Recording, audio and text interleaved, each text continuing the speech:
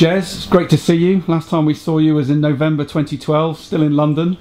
We're at a slightly different location this time. We're at the North Face store in Covent Garden. First of all, congratulations. You completed it. Thank you very much. Yeah.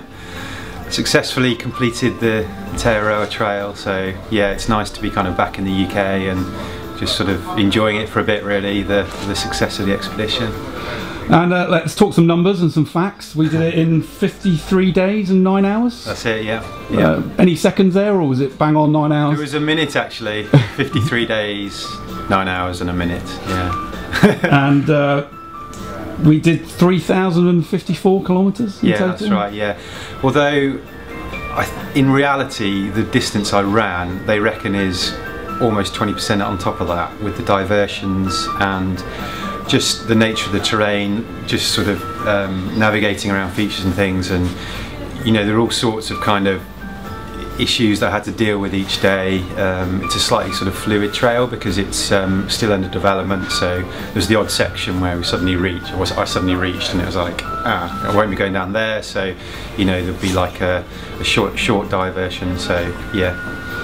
Just make sure, obviously you came back all safe and sound. Your support crew, they all came back safe and sound? You haven't left anyone there? Yeah, no, we're all back safely. Jamie and Mark, we're all pretty worn out, to be honest. And the support guys as well, because it was an incredibly intense 53 days for all of us. And you know, for those guys to be kind of on duty like 18 hours a day, which they were, and just wanting to do everything they could to make it a successful run, you know, that's a really intense environment. So yeah, it's really important to sort of give them the incredible credit and thanks they deserve for what they did. Oh, that's good, and we look forward to seeing them and catching up with them as well. Yeah. I mean, without reliving the whole experience, I just wanted to kind of chat through a bit of the course. Obviously, you started in the North Island, the very top of the North Island. Yeah. And I believe you started very well. The first few days, you were ahead of schedule. Yeah. So I was straight into 90 Mile Beach, which it's not 90 miles. I think it's more like 60, but it's just, you know, an incredible sort of geographical feature, really. Just, you know, the sand running into the horizon, and it literally is 60 miles of continuous beach, basically. So I was quite keen to get it done quickly, so I decided before I started that I would try and do, you know, the whole lot in a day. So basically the first day was 101 kilometres. And you know, that went well, but then you sort of straight into, you know, incredibly dense mountainous forests, and you know, just completely flipped on its head, you know, on day 2, and you know, it suddenly kind of struck me, you know, the challenges I was going to face with the terrain, and that was the story, you know, throughout the whole journey. Just incredibly varied and challenging terrain, from, you know, really dense forests, almost like rainforests, with incredible amounts of mud, you know, beyond what you get in the moors in the UK, which is, you know, quite mind-boggling, you know, through to just extreme sort of high mountain alpine sections down the South Island with, you know, tussocks and rough grass and no trail, and you know, just stuck at like 2 or 3 kilometres an hour crawling along. So yeah. And I know you had GPS with you, but how did you find it? Because you obviously had maps of the route, and obviously you'd never done the route before, quite a lot of it. So I mean, how did you find you obviously look at a map the night before and then set off in the morning? I mean, did the maps relate to what you were kind of experiencing, or did you have to kind of think very much on the go and change your equipment? So I carried a GPS with a colour screen, and you know, effectively you've got a crosshair of where you are, and a line of travel, which is just awesome, and paper maps as well, which you have to have, map and compass as backup. But I was kind of like approaching it on a day-by-day section. I didn't have like all my days planned out in advance, because it just wasn't the right way to go about it. So I would just look at the maps like the night before, and look at the guidebook, and just kind of get my head into it as much as I could. But you know, usually I was just limited to like a quick 20 minutes, half an hour to do that. But yeah, I mean, the GPS was probably the thing I relied on most, and was incredibly accurate and incredibly helpful. And particularly when you're in like dense forest where it's just featureless and it's so easy to kind of lose the trail. And actually, I was talking to some guys. The phrase sort of getting bushwhacked it comes from those parts where you're almost a bit delirious from the environment you're in. It's all the same, it's all green, it's all trees, forest. You've been in there hours on end, and you can just completely lose your bearings and end up heading in entirely the wrong direction. So like, to get out of that situation, GPS is absolutely essential, and it was like a genuine lifeline on several occasions. I mean, obviously you got to see a lot more of New Zealand than most people get to see, and I believe the North Island was quite wet, which was a bit of a surprise. Yeah, it was hot and humid, and I did have several wet days, but in the forest it just gets held. It's just like peaty, just like bog basically, and so that was really challenging. But yeah, I mean, when it rains in New Zealand, it rains, and the rivers come up really quickly, and that was kind of like a big danger, which I knew beforehand, and was one of the greatest risks as I went along. So many river crossings in the big like national parks, like in the South Island, where you're self-sufficient for a few days on end, and it's entirely possible that you can get held up, not able to cross a river because it's come up, and you need to sit out a few days. So that's kind of constantly playing on your mind, and it's a danger which is always there, and certainly just gets the heart rate going, definitely. So yeah, water everywhere was kind of a big theme. And I believe the trail's only been open a year when you started, so I mean, I know the North Island is much busier than the South Island, which is still not very busy. I mean, did you see many people? I mean, was it an adventure actually experiencing the trail? Because I doubt too many people have done the full trail. No, I think it's almost a few hundred which have completed the whole thing in terms of sort of through hikers, but the numbers are increasing massively year on year. It's going to be one of the world greats, definitely, no question about that. You don't come across many people, in the wilderness areas of New Zealand, like days when you just don't see a soul.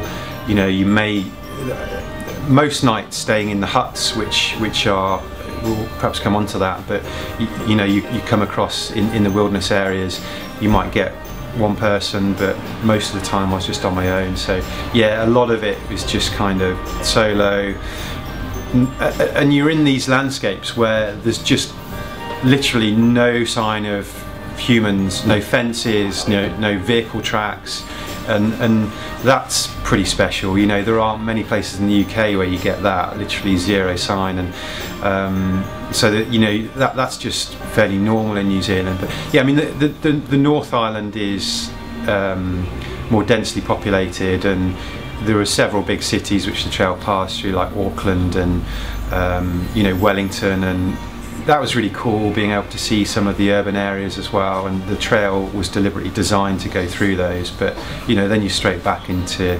the the remote areas, which is the parts I enjoyed most, definitely. And from reading some of the stuff you've written post the race, I mean, the Cook Strait was quite a special moment. You kind of managed to time that pretty perfectly. I don't know if you can chat us through.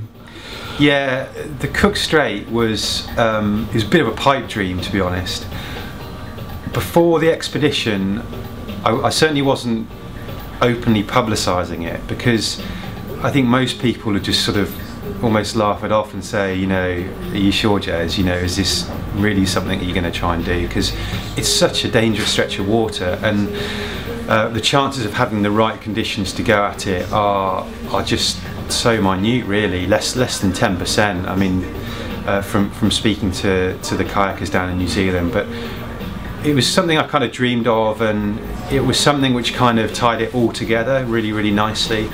There are official kind of kayaking sections to the trail, which I did, but this was kind of like, well, I can go top to bottom both islands purely under human power, and it just added a completely different dimension to it. And I'm quite a competent sea kayaker, and I was like, well, if it's on, I really want to go at this. And we managed to gain the assistance of one of New Zealand's best kayaker, basically, to kind of support it, and he guided us across, and I paddled solo and with Mark and Tim, the guide, and yeah, we kind of identified that we noticed the weather was looking pretty promising several days out, so I did some really long days down the bottom of the North Island to get down there and be there and have the opportunity to have a go at the Cook Strait, and yeah, the Saturday afternoon opportunity came and went because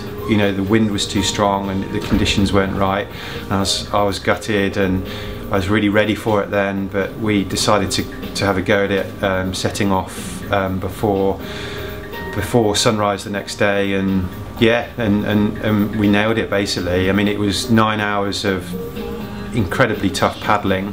It's pretty comfortable to start with, but then the wind starts picking up.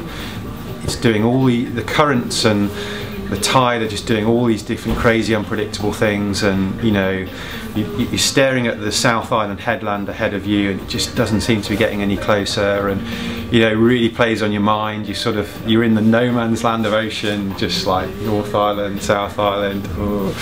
But yeah, we did it. It was an incredible thing to have achieved, really, even on its own, but to have done it like as part of the run without any delay was I believe it's a challenge in itself. I know people just actually go across the Cook Strait, so yeah, to do it as part of what you were doing, yeah. Someone was looking down on us that day. Obviously South Island, I believe it's a little bit hotter than the North Island. Yeah, I mean, although it's more mountainous, it gets quite arid actually. It's like almost like savanna type conditions, it's quite dry and dusty, and obviously the South Island did see you ill. Yeah. But by all accounts, quite a quick illness considering what you had. I mean, I had a look at it up online, and it said it kind of took you out of action for 2 to 6 weeks. So that must have been quite a shock once you actually realised you had caught something. Yeah, I picked up giardia basically, which is a pretty nasty sort of waterborne issue which affects your guts basically, and so it just flattened me completely. I came back from like a long day in the early hours, and I was wiped out and crashed for a few hours, and woke up the next morning and I was just absolutely ruined. And it just took me from being like a strong athlete to who was really quite flying and probably looking at like a 47-48 day schedule, and I didn't move for 3 days. I was stuck in the van, and it was a really slow process of getting my strength back and just being able to even comprehend like 60-kilometer days again. So yeah, like mentally and physically, it was probably the biggest test I've had in any time in my career. But I kind of I was so determined to finish to start with, but just everything had gone pretty smoothly up till then, so it was just, I didn't want to throw that away, and that thought kind of carried me through it, and yeah, I gradually ramped up the distances again, and I think it was probably in reality like a 5-day setback and frustrating, but I still think the overall time I achieved and the way I went about it is pretty solid. And I assume that obviously there were days when you thought it was all over there and then when you got ill. Yeah, there were moments definitely when it was just troubling me beyond comprehension, and yeah, it was kind of overriding my determination, but yeah, I got there in the end. So obviously, and talking at the end, you finished in Bluff. Yeah, had friends and family out there. Your wife joined you? Yeah, Gemma was there, and my mother-in-law Hilary, and my mum, and the support guys. So yeah, I mean, it was a very special moment. I was incredibly emotional. I was emotional like for the last week or two. The trail had kind of really made me feel quite raw, I think, just through everything I'd put into it and what it had done to me. So it was great to it was a relief to finish, and it was just great to have, loved ones there to kind of share the moment, and because it, you know, it's going to be definitely one of the highlights of my life, and yeah, just to have that experience sort of there and to share it, definitely. And after 53 days and 9 hours and 1 minute, I mean, you know, well, what did you do that evening? I mean, I take you all out for dinner. I mean, how do you? I assume you're obviously on quite a high. Yeah. I mean, we had dinner and we kind of we were all exhausted, but you know, there was a great feeling about what we'd achieved, and we were just desperate to kind of start to tell the story and share it with all our friends and family, really. But you know, it's still taking me a long time to kind of really reflect and kind of for it to sink in what you know, what's happened and what I went through and what I achieved. And I'm certainly not there yet, you know. It's going to take time to kind of get that, and you know, like, I'm really keen to kind of share it and to talk about it and to do sort of talks on it and things like that. But you know, I'm not ready for that. I need a few months definitely, and to kind of reflect on the whole journey, basically. Yeah.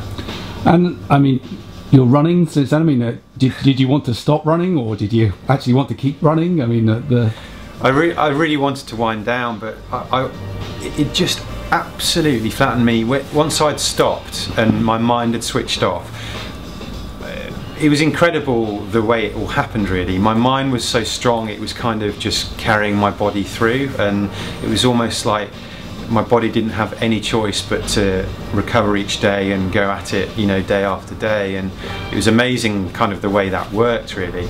I learned a huge amount from it.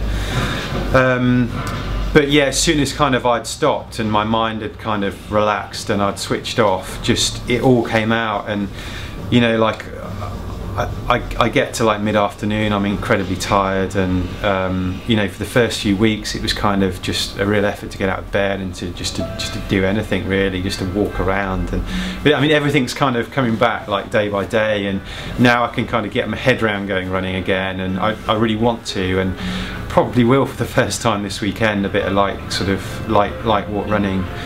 But that's the whole process of how I am afterwards and recovery is all new to me as well, so I'm just kind of like pretty chilled about it and just listening to my body, and I'll just take, you know, each day and week as it comes. And you know, I do have some sort of plans in the back of my mind for the second half of the year, and but I just kind of see how it goes, basically. You know, I've got enough in the bank to be happy for probably for the rest of the year, but you know, my racing drive will come back pretty quickly, I think. I mean, I've got a couple of questions on what you learnt from the experience, and it's probably quite hard to put you on the spot about that, but it seems like it has changed you. I mean, you said you felt cleansed and pure after it. I mean, you know, I suppose lessons learned. What would you do differently if you did it again? I mean, is there, you know, it appears that your training beforehand worked out well, because you know the actual distance and running didn't seem to bother you. You know, I mean, yeah, I think I'm well suited to it, to the multi-day stuff. I've got a pretty durable body, and the really interesting thing I learned from it was basically like after the first 7 to 10 days, you know, I was getting sort of muscle stiffness and soreness like in the mornings, and I was just like, oh, how am I going to run today? But so it was almost like harder just during that initial stretch to recover and sort of, you know, get into the run each day. But then kind of my body was adjusting and tuning into the running, so that was fascinating. And I didn't really know whether or how that would happen, so I've kind of learned that, you know, my body can do that, and you know, I could have another go at one of these things in the future if I wanted to. But yeah, I mean, you've got to go into these things strong and fresh, and probably a bit overweight to have that sort of strength to get through it. Yeah, so I was really pleased with my preparation. It was incredibly thorough. You know, I had a great team behind me. And yeah, I think that was probably the perfect platform for a successful expedition, really. So, kind of trying to sum up as much as we can. I know you beat the previous person who's done the actual journey by 9 days. You know, would you do it again? I mean, if someone beat your record of 53 days, would you? Oh, I don't know. I couldn't really decide on that until if and when it happens. I mean, the way I've gone about it is incredibly thoroughly. There are a couple of breaks in the trail, official breaks, like braided rivers, which I crossed. I put in the Cook Strait, so it's kind of a fairly unique approach that I've taken. But I still think, yeah, I mean, obviously would have liked to have hit 48 days, but I just think with the weather conditions and all the variables that you get to like an extreme level in New Zealand, it's quite an unpredictable trail and quite an unpredictable place to run. So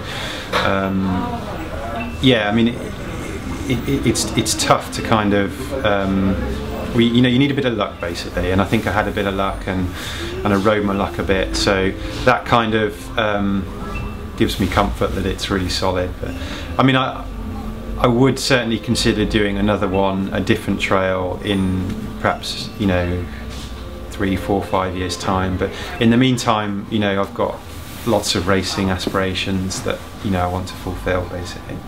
Well, it's been great to catch up with you. It's been very inspiring, and we wish you all the best, and we look forward to your next adventures. Thanks very much.